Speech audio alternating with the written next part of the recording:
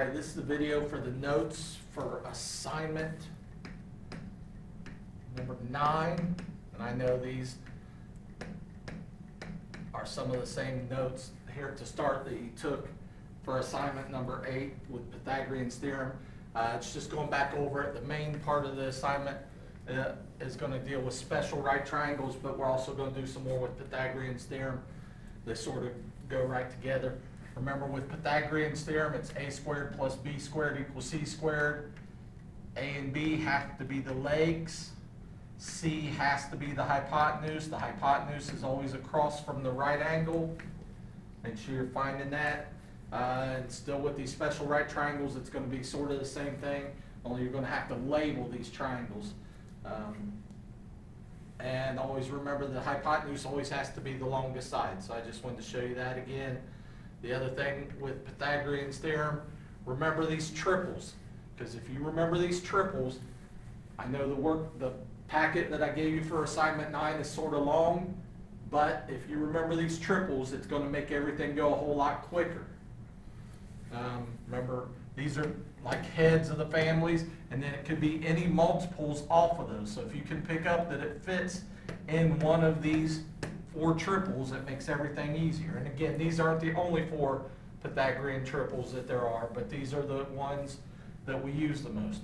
Remember, some triangles that fit underneath here, if you had a right triangle and you knew that this side was 30, this side was 40, then using this 3, 4, 5, you could figure out that this side over here is 50, because this is 3 times 10, 4 times 10.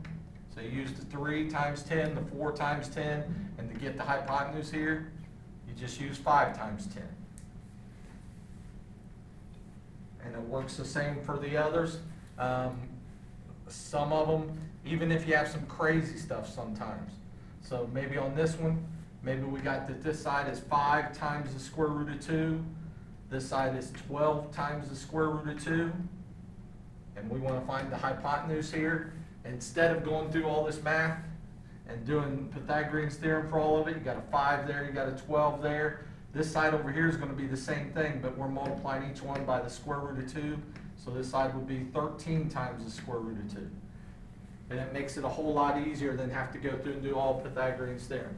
So you got 3, 4, 5, 5, 12, 13, 8, 15, 17 is another triple, and 7, 24, 25. And remember, it's any multiples of those will also work, but you got to make sure that the longest side on each one is your hypotenuse. So don't get tricked and see something like this, see one that's got 7 here and 25 here, and think that this side's going to be 24. Make sure you don't get fooled there.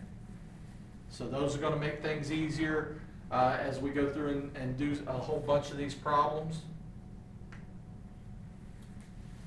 Find the missing side. So if we're on this one, 5, 12, I know right away that that side is 13. Because it fits in that 5, 12, 13 family. Now if I look at this one, here's one you got to be careful on. Because we know there's a 5, 12, 13, but this side down here, one of the legs can't be the 13. So on this one, you would have to use Pythagorean's theorem. You have to do 5 squared. We're looking for this side, so we'll make it x plus x squared equals 12 squared. And then you'd have to solve that. And I'm not going to solve this because I want to hurry through this video a little bit. But you'd have to solve that. Remember, you'd square the 5, square the 12, subtract 5 squared on both sides, and then take the square root to get your answer there. This one, now I can use the family again. We had another family that was 8, 15, 17. Well, here all we did was we multiplied this 8 by the square root of 2. Here we multiplied the 15 times the square root of 2. So on this hypotenuse side, all we're going to do is take this side and multiply it by the square root of 2. So it's just 17 times the square root of 2. And you can leave your answer that way to make it easier. And a lot of the problems that we do today, you're going to leave your answer as a radical because that's what the new stuff I'm going to show you does. All right, special right triangles. There's 2 special right triangles that we're going to deal with. 45, 45, 90 is one of those special right triangles, and a 30, 60, 90 is the other one. And these are all according to the triangle's angles, according to its three angles. So one of them is a triangle that looks something like this, and it's got a right angle, and then it's got a 45-degree angle, and it's got a 45-degree angle. You should remember that we had a theorem that said if these two angles are the same, then the sides across from them are the same.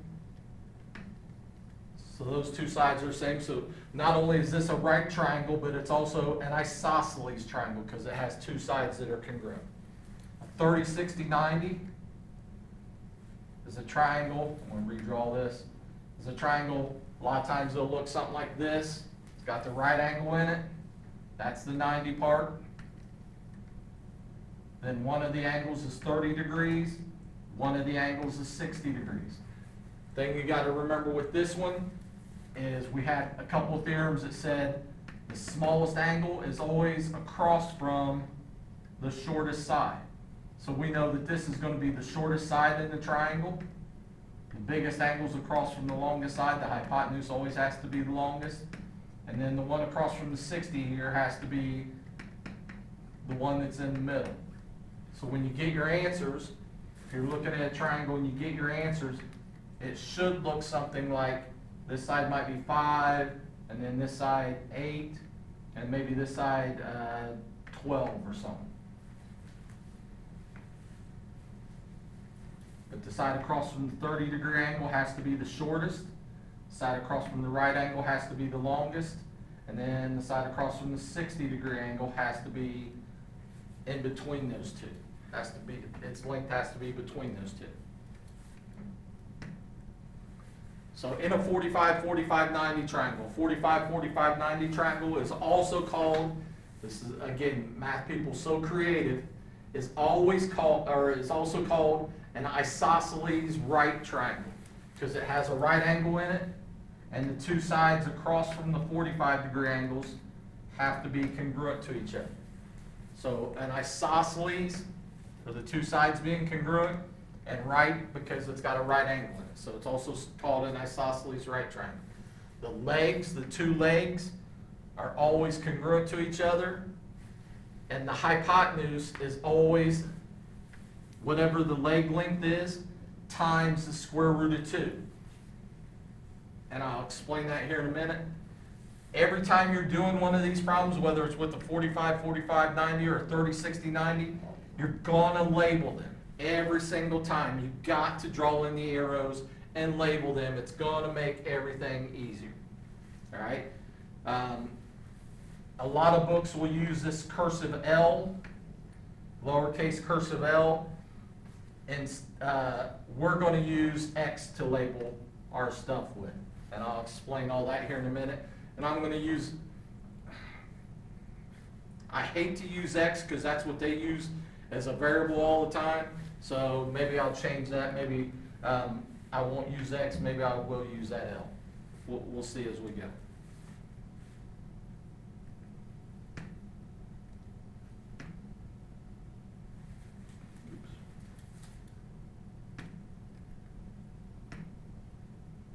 All right, what I'm going to do, I'm going to erase all this stuff on this slide so I can show you. Every single time you see a 45, 45, 90 triangle. And they might not tell you all the angles. They might only tell you that this angle's a right angle and this angle's 45. Well, then you got to know that the other angle also has to be 45 because that's the only way it works out for the triangle to be 180. Every time you see one of these triangles, we're going to label the triangle. The side across from that 45-degree angle. Actually, I did the other angle first. So the side across from this 45-degree angle, we're going to label it X. And again, sometimes you'll catch me and I'll use a lowercase l. Doesn't matter which variable you use. Use whatever variable makes it easiest for you. Then we're going to label the side across from the other 45-degree angle, and it's going to be the same as this one. So if we labeled that first one X, the next one's going to be X. And then the side across from the right angle is always going to be labeled X times the square root of 2. So if I have a 45, 45, 90 triangle, the first thing I want to do every single time is I want to come in here and I want to label it. This side's going to be labeled X or L or whatever you decide to label it. The side across from the other 45-degree angle is going to be labeled the same thing. The side across from the right angle is going to be X times the square root of 2. So whatever this X is, it's going to go right in there, and that's going to tell you how long the hypotenuse is. Every single time you see a 45, 45, 90 triangle, the very first thing you do, you label it with all that information right there.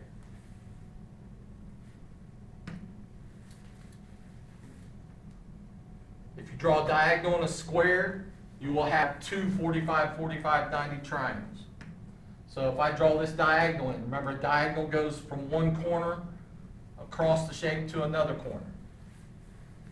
So if I draw in that diagonal, I know that this top triangle, that's a 45-degree angle, that's a 45-degree angle, and this we already know is a right angle. Every single time if you draw a diagonal in a square. So if we go to label that, we know the side across from this 45-degree angle is going to be labeled X. Side across from that 45-degree angle is going to be labeled X. Side across from the right angle, which is the diagonal, is going to be X times the square root of 2. So if I have some square and I draw a diagonal in it, and I know that this side of the square is 6, every single time, it's real simple to find the length of that diagonal if this is a square, if all the sides are the same. All right? We know that this is a 45, 45, 90 triangle. This side is going to be labeled X. That side is going to be labeled X. Side across from the right angle is X times the square root of 2. Well, we look right here, and this tells us whatever we write down and whatever they have written down, we just set them equal to each other. So it tells us that X equals 6. So wherever we see X, we can put in 6. So we know that this side down here is 6 units long, and we know that this hypotenuse, that diagonal, is 6 times the square root of 2. So every time you see a square, you ought to start picking up on the fact that if this is a square and we draw in the diagonal, and we know that this side is 8, that diagonal is always going to be 8 times the square root of 2. We draw another square, and if it was a square, mine doesn't look too good, and we draw in this diagonal, and this, one of the sides they tell us is 14, then the side across from the right angle, that diagonal, is going to be 14 times the square root of 2. And if we're doing something out in the real world and you want that as a decimal answer instead of a radical answer, then you just grab your calculator and you take 14 times the square root of 2 and get the decimal answer for that. But anytime you draw a diagonal in a square, it's always going to form two 45, 45, 90 triangles, and then you're going to label it with the parts that you have. 30, 60, 90 triangle. In a 30, 60, 90 triangle, side across from the 30-degree angle, this is how we're going to label this one. So this one, same idea. You're always going to label it first. Got to do that first. Side across from the 30-degree angle is going to be labeled X. That's always your shortest side because it's across from the smallest angle. Side across from the 60-degree angle, which is your middle side, is always going to be labeled X times the square root of 3. That's the middle length side. And the side across from the right angle, which is your longest side, is always going to be labeled 2 times X. So if I have this triangle right here, this 30, 60, 90, the side across from that 30-degree angle is just going to get labeled with an X. The side across from the 60-degree angle is going to get labeled with X times the square root of 3, and the side across from the right angle is always going to get labeled with 2X. we're gonna know one of these sides, whichever, if it's 45, 45, 90, or 30, 60, 90, they're always gonna tell us one of the sides. If they don't tell us one of the sides, then we can't do anything. So we got, if this is a 30, 60, 90 triangle, and they tell us that this side over here is 5, we're still gonna label this. We're gonna label that X. We're gonna label this side X times the square root of 3, and this side is 2X. And then all we do is we set up an equation and solve it. Well, the equation that we're gonna set up this time is just this. So we know whatever we wrote down, whatever we labeled that side with what they told us. So here we know X equals 5. There's nothing to solve there. We just know wherever we see X, we can stick in 5. So that means this side down here is going to be 5 times the square root of 3. That's that answer. The length of this side. And the side across from the right angle, the hypotenuse, is going to be 2 times 5, which is just 10. So these would be the other two sides that we don't, that we didn't know. So instead of having to know two sides, now with these two special triangles, you only have to know one side, and you can label it and find the other two sides. So 45, 45, 90 triangle and a 30, 60, 90 triangle. If you have an equilateral triangle, remember, equilateral triangle means all the sides are the same. If we draw in an altitude, hopefully you remember back chapter 6, an altitude forms a right angle. So it goes from a vertex to the opposite side, and it forms right angles with that opposite side. So if I'm going to draw one, I'll just draw it from the top here, probably draw it straight down here, and it's going to form a right angle there. Mine went very straight. That's going to be a right angle. All right, so we have that. Ignore mine. It's supposed to be the blue one here. Mine wasn't drawn very well. So we have that. Well, what we have now is we have two right triangles. We have a right triangle on the left and a right triangle on the right. And what happens with those two right triangles is if we go back to the equilateral triangle, not only do we know all the sides are equal, but we know all the angles were 60 degrees. Well, when we draw in this altitude, now we know this angle's 60, we know this one's 90, and what happens up top here is it has to bisect that angle, so that top angle has to be 30 on each side. So on this side we have a 30, 60, 90 triangle, on this side we have a 30, 60, 90 triangle. Every time you have an equilateral triangle, if you draw in an altitude, so if this is an equilateral triangle, if all the sides are the same, if we draw in an altitude, we know that that's 90 degrees, that one we already knew was 60, and this one's going to be 30. And then we can label it. The side across from the 30-degree angle is going to get labeled X. The altitude, the side across from the 60-degree angle, is X times the square root of 3. And the side across from the right angle is always 2X. The main thing here is remembering how to label the 30, 60, 90 triangle and how to label the 45, 45, 90 triangle. If you can remember those two things, this stuff will be real easy. So this one says find the missing sides. We're going to find the missing sides in these. Every single time, the very first thing you're going to do, you're going to label it. We know this is a 45, 45, 90 triangle. This side should get labeled X. That side gets labeled X. The side across from the right angle gets labeled X times the square root of 2. Then you figure out what did I write down and what did they tell me. So you pick the side where you actually know the number, which is right here, and we set up an equation from that. The equation this time is just X equals 7. Nothing to solve there, you just know X is 7. So wherever we see X, we can just stick 7 in its place. So this side down here has to be 7 units long. This side over here is 7 times the square root of 2. And again, we just leave the answer that way. We don't have to change it from that radical form. That's the easiest way to write it. So these are our two answers. Next one, we got another 45, 45, 90. This side gets labeled X. That side gets labeled X. That side gets labeled X. times the square root of 2. This is the side that they told us something about this time, so I'm going to take what I wrote down and what they had on that side and set up an equation. So x times the square root of 2 equals 6 times the square root of 2. Don't let these square roots confuse you. All you're going to do, you're trying to get x by itself, so you're going to divide both sides by the square root of 2. These cancel out. You're left with just x. These cancel out, and it's not always going to be this easy, but a lot of them are.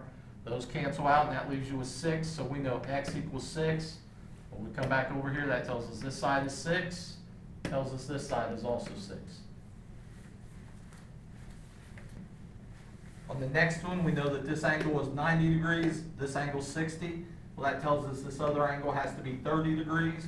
I'm going to label it, side across from the 30-degree angle, and refer back to it. Maybe at the top of your paper, draw in how a 45, 45, 90 is labeled, how a 30, 60, 90 is labeled, so that you have them there. Side across from the 30-degree angle gets labeled x. Side across from the 60-degree angle gets labeled x times the square root of 3. And the side across from the right angle gets labeled 2x. We set up our equation. This time we knew that that side was 4, and we wrote down x, so we know x equals 4, nothing to solve there. Wherever we see x, we can stick in 4. So I go to the hypotenuse here first maybe. 2 times 4, I'm just going to stick that in there. Well, 2 times 4 is just 8, so the length of that side is 8. Over here on this side, we stick in 4, and you just end up with 4 times the square root of 3, and you just leave it that way. So our two answers, the two sides that we were missing here, is 4 times the square root of 3 and 8. This one we know this angle's 30, this angle's 90, so that means this angle has to be 60. Side across from the 30-degree angle gets labeled x, side across from the 60-degree angle gets labeled x times the square root of 3. Side across from the right angle gets labeled 2x. A little harder this time because we have to pick out which side they told us something about, and it was that one. So we know that 2x equals what they told us about it, which was 18. To solve for x, you just divide both sides by 2. You end up with x equals 9. So wherever we see x, we're going to stick 9 in its place. That tells us this side over here was 9 units long. This side down here across from the 60-degree angle was 9 times the square root of 3. So those are our two answers.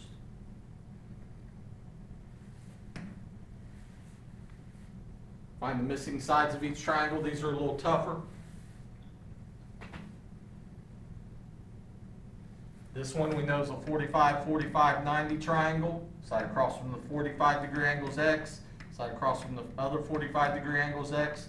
Side across from the right angle is x times the square root of 2.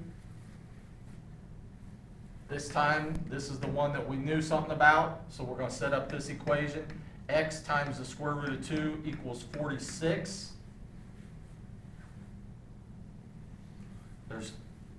If you give me the decimal answer for these other two sides on this one, I probably won't throw a big fit, but I'm going to show you how to do them with the radicals.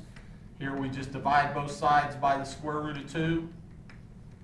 These cancel out, and probably after a while you're going to see a pattern, and you'll be able to just use the pattern.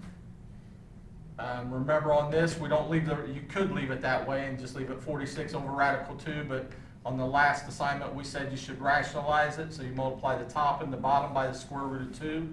So you end up with 46 times the square root of 2 on top. On bottom you got square root of 2 times square root of 2, which is square root of 4. Well, the square root of 4 is just 2. And then once you see that, you can divide this and simplify this out. 2 will go into 2 once, 2 will go into 46 23 times, so you end up with 23 times the square root of 2. So that means this side's 23 times the square root of 2, this side's 23 times the square root of 2. Those are our two answers. And you'll probably notice there when you're doing a 45, 45, 90 triangle, if you know this side and it's just a whole number like this, what did I do to get from here to here? Well, all I did was I took half of 46, that's the number that goes out front, and then you put a radical 2 with each one of them. So if I'm doing this next one, this is a 45, 45, 90. The bad thing with this one is if I take half of that, it gives me like 7.5. But I would not mark that answer wrong. So if we label this side's x, this side's x, that side's x times the square root of 2, that's going to be our equation. So we set up x times the square root of 2 equals 15. We divide both sides by the square root of 2. Again, if you don't like dealing with the radicals, then you grab your calculator right now and you take 15 divided by square root of 2, and I end up with 10.6. If you give me that answer as x, and then say this side's 10.6, and this side's 10.6 because they're both x, I probably would not mark it wrong. That's good enough. But you got to remember that on stuff like the ACT or SAT, they might not give you that answer. They may give you something like, if we looked at this one and we took half of that, they might give you something like 7.5 times the square root of 2. These two answers are exactly the same thing, just written in two, I shouldn't say exactly the same thing. They're just written in different forms. This is the rounded off answer. That's the exact answer. Next one, we know this is 30, that's 90, so this has to be 60. In a 30, 60, 90 triangle, side across from the 30-degree angle is labeled with x. Side across from the 60 is x times the square root of 3. Side across from the right angle is 2x. A little harder when they give you the angle across from the 60-degree angle, because then you have that. So we have to set up this equation, x times the square root of 3 equals 9. Again, I'm going to show you how to solve it, leaving the radicals in there. You could change it to a decimal if you wanted, and I wouldn't throw a big fit. Here we divide both sides by the square root of 3. These cancel out. You're left with x equals, we don't want to leave that radical in the denominator, so we multiply the top by the square root of 3, multiply the bottom by the square root of 3. And that's going to give us 9 times square root of 3 on top, over 3, square root of 3 times square root of 3 is square root of 9. Well, the square root of 9 is just 3, so that comes out of the radical. And then we can reduce this. 3 will go into 3 once, 3 will go to 9 3 times, and you end up with 3 times the square root of 3. So that's what x is. So we come back over here, so this side is 3 times the square root of 3. And on this one, if we stick in 2 times 3 times the square root of 3, remember all you do here is you multiply the 2 and the 3. So on this side we get 6 and still times the square root of 3.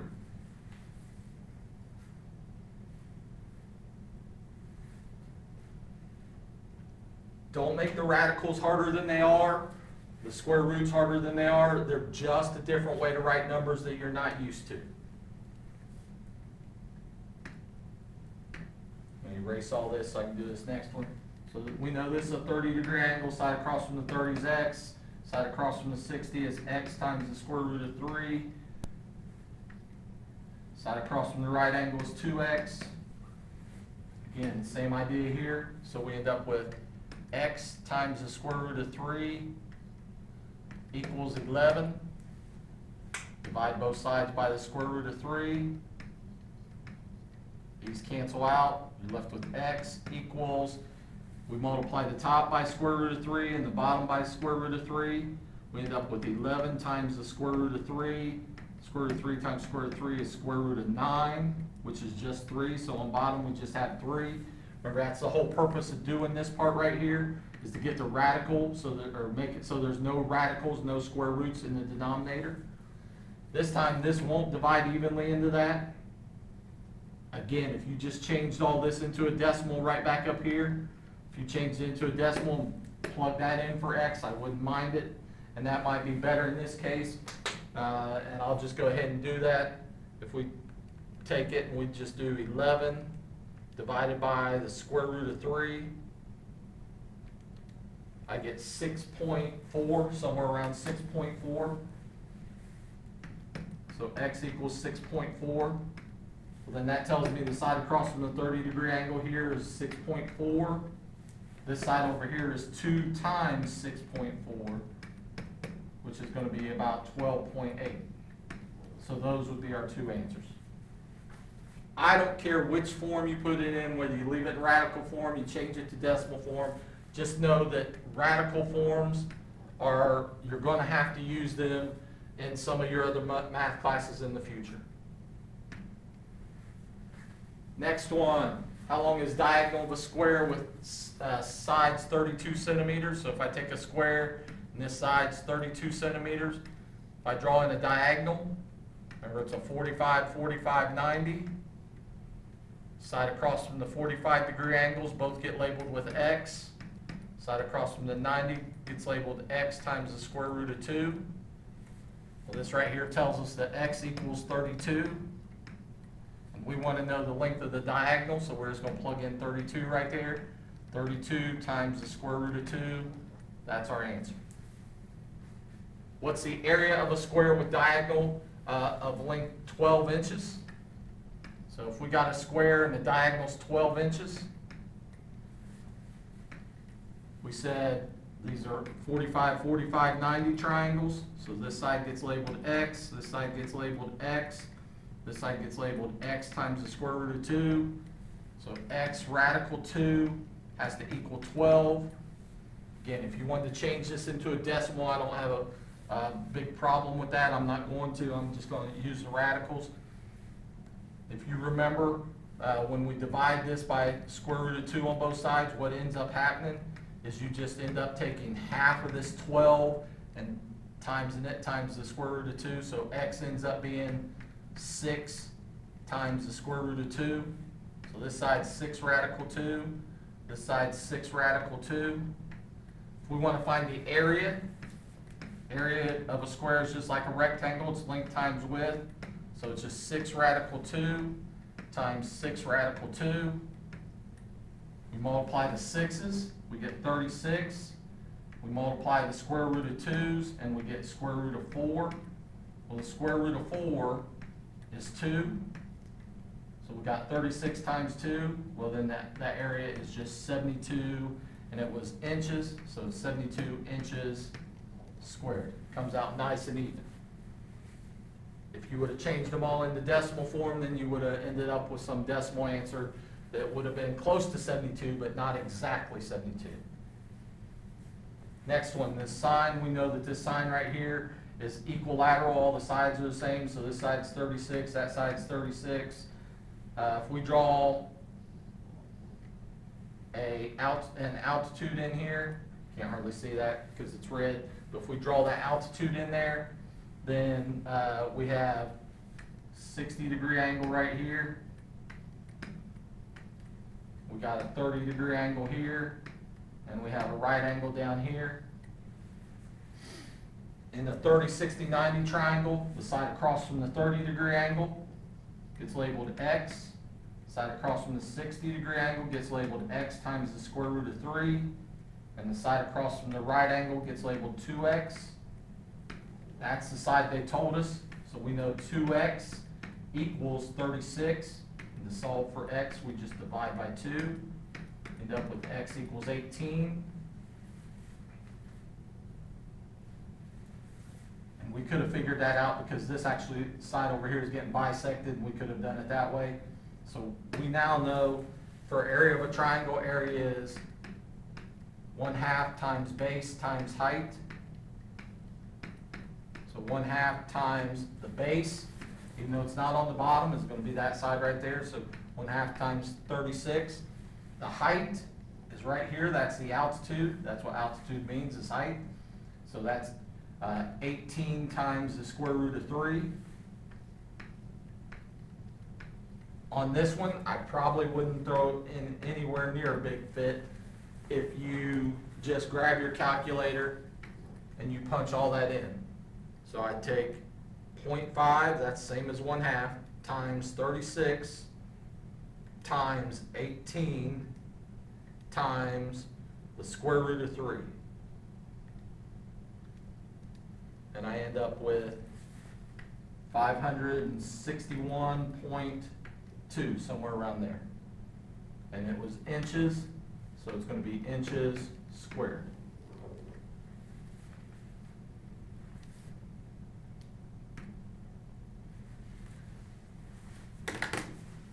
Tipping platform is a ramp used to unload trucks. How high is the end of an 80-foot ramp when the tipping angle is 30 degrees? So if we're looking right here, that tipping angle is 30, that means this is a 30, 60, 90 triangle. Says that the ramp's 80 foot, so this side over here is 80 feet. Side across from the 30-degree angle gets labeled X. Side across from the 60-degree angle is X times the square root of 3. Side across from the right angle is 2X. So this time we know that 2X equals 80. Equals 80. We're going to divide by 2.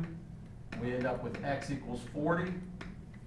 And it wanted to know how high is the ramp. So the height's right here, so X equals 40. So if that was a 30, 60, 90 triangle, then the height would be 40 feet. Same idea if it's a 45 degree or a 45, 90. This would be 45, this is 45, this is 90. What's going to change is these sides get labeled different. Side across from the 45-degree angle is X. Side across from the other 45-degree angle is X. Side across from the right angle is X times the square root of 2. Now we know that that side's 80, so we set up X times the square root of 2 equals 80. Remember, if you're doing this, all that's going to happen here to find X is you take this number and you divide it in half and times it by the square root of 2, so you end up with X equals 40 times the square root of 2. So this side is 40 times the square root of 2, and if they wanted the height in feet, then you probably grab your calculator and you just take 40 times square root of 2, and I end up with about 56.6.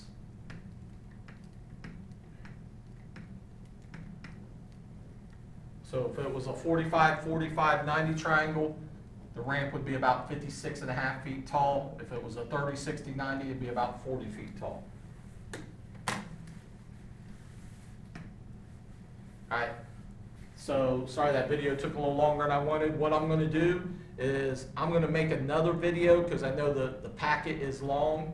I'm going to make another video. I want you to try them yourself first. I'm going to actually make 2 other videos.